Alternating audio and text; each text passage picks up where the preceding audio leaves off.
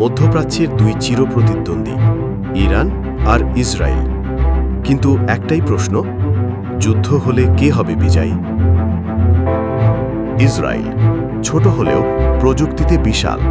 তার হাতে আছে আমেরিকার তৈরি F-35 স্টিলথ ফাইটার আর সবচেয়ে গোপন শক্তি পারমাণবিক অস্ত্র।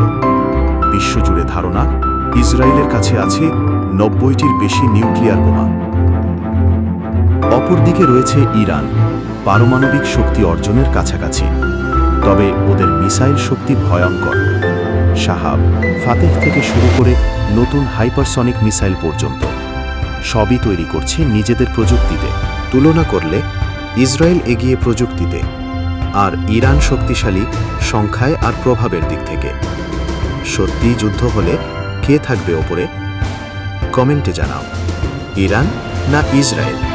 এমন আরও ভিডিও পেতে আমাদের সাথেই থাকুন।